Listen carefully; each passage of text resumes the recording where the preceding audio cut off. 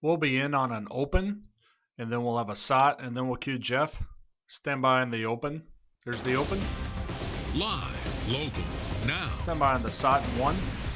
This is Heartland News at 10. 1. I would just give anything for Stand you by just to for be VO. kind for just a little while. Cue him. If you don't have anything nice to say, don't say anything at all. Good evening, everyone. Businesses and restaurants are doing what they can to stay afloat and keep their customers happy during this pandemic. We'll but one Heartland restaurant says it won't tolerate negative comments. Elena Chappie has the story from Marble Hill. 2. We have chickens, ribs, pork, and baked fish today. This is what the last couple of months at Jay's Barbecue in Marble Hill has looked like. We'll have a full page next, cueing Jeff. Just hang on just a little bit longer. Be 5, stand by. kind to your fellow person. In Marble Hill, Elena Chappie, Heartland News. Cue him. Anyone in New Madrid County will be able to get a COVID-19 test next week. County health officials say they're teaming up with the state health department to offer 2-day drive-through testing.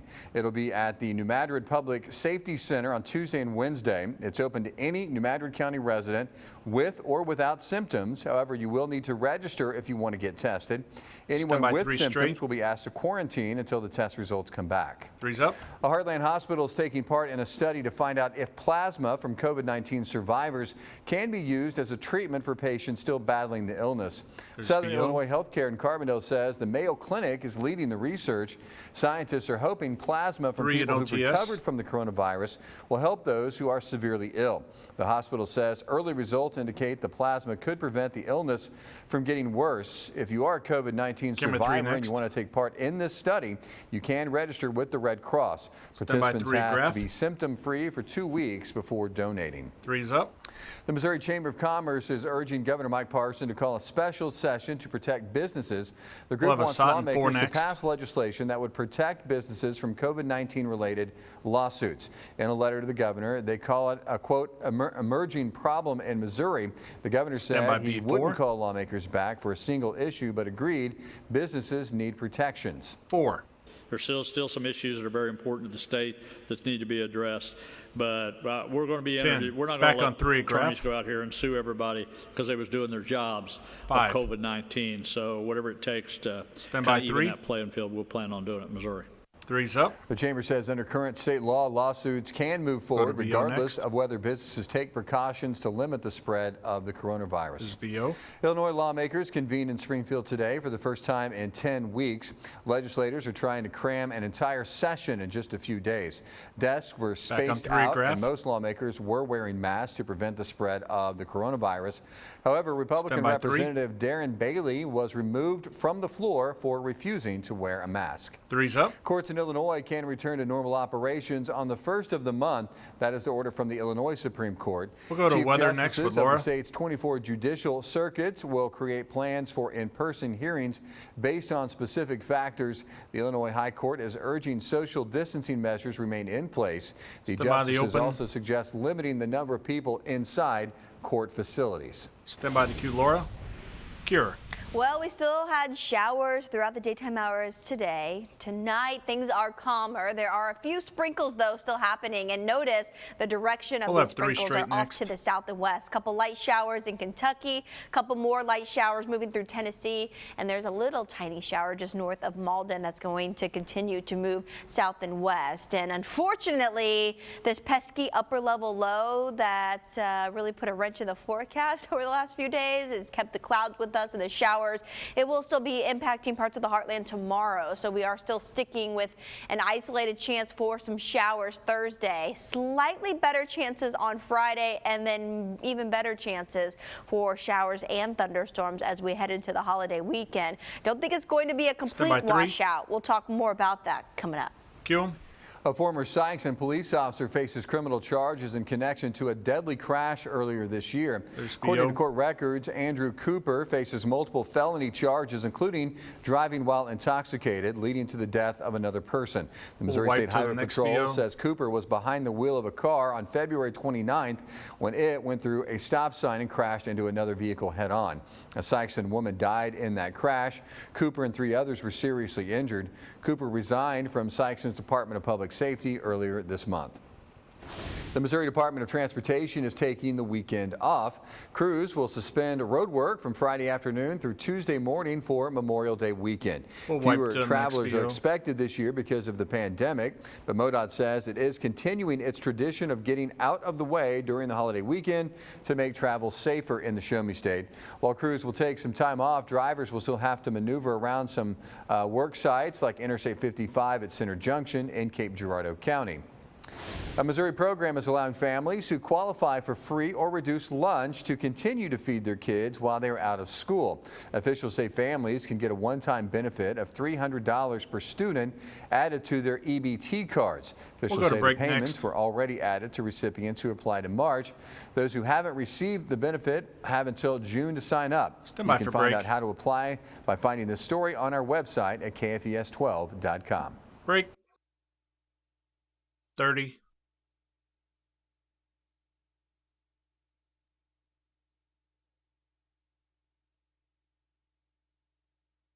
We'll have the restart and then VO with Jeff. 15. 10. 5. Stand by on the restart. There's the restart. Live, local, now. Stand by for VO. You're watching Heartland News. Cue.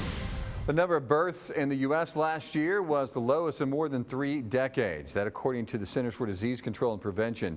The agency says there were about 3.7 million births in 2019. That represents a 1% decrease from the previous year and the lowest total since 1985. It's also the 5th year in a row that the number of U.S. births has decreased, averaging down about 1% a year. 3's up. Explaining the pandemic to your children might be a little tricky, even as the world around them starts to reopen. Things may not be the same for quite some time. But 2 women found a way to help parents talk about it by writing a children's book. Aisha Morales has the story. 2. So Much Toilet Paper by Greta Davis and Mackenzie Jordan Rodriguez. With Laura next. 15. 10. Including here in Wisconsin. Getting sick is not one person's or one country's fault, but it is everybody's responsibility to help stop the spread of germs. Cure.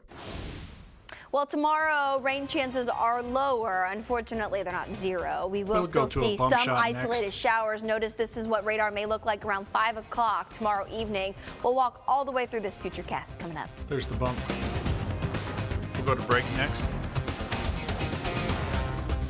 Stand by on break. Break.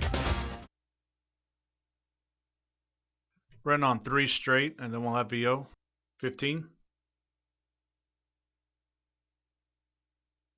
10. Stand by 3. Cue 'em. Health experts say you shouldn't believe everything you read on social media, shocker, especially when it comes to coronavirus and face masks. One popular myth circulating on Facebook claims that wearing a mask puts you at risk of carbon dioxide poisoning, but doctors say that is not true. Other claims that wearing masks, particularly cloth ones, actually make you more at risk of infection or even reinfection if you've already had the virus. Doctors say the science clearly shows that wearing masks works, but only if everyone does it and does it correctly. 2. There's multiple reasons for wearing a mask. One of the most important reasons is because people don't know they're infectious, even if they have no symptoms. They're totally contaminating the air around them, kind of like Pigpen walking around with contaminated air or the environment. And if you have a mask on, 90% of that doesn't get out. Cue 'em. Dr. Dobbs says cases of COVID-19 would drop dramatically if everyone wore face masks in public. 3 is up. Remote learning has been hard for students, but for kids with special needs, it takes a different toll. Federal law requires school districts to provide services like occupational therapy. Our national investigative team found some are unable to meet that standard, and Lee Zurich reports. 3. It's pretty overwhelming. It's very overwhelming. We're back on 3 straight. So, 15. You know, we've been through a lot as a family. 10. He walks in a gate trainer every day, and he's not walking nearly as far as he typically does. Lee Zurich, Heartland News. 3's up. According to experts, our team talked to schools will have to evaluate how to make up for lost services for each student individually when in-school learning resumes. There's the open. Now, first alert weather with Laura Wibbenmeyer. Cure. Temperatures right now in the upper 50s to lower and mid 60s. After weather, we'll go to a full page queuing Jeff. Through the late afternoon hours, with many of us even touching that 80-degree mark Friday afternoon. Cue 'em. Here's important information for those of you who watch us over the air through an antenna. We're upgrading our transmitter, and you will need to rescan your televisions to continue receiving our channels. After this, we'll go to Tuesday afternoon at 12:30, we're going to make the switch, so make plans to rescan your TVs after 12:30 on this Tuesday afternoon. For more information, you can go to kfes12.com/rescan. Break.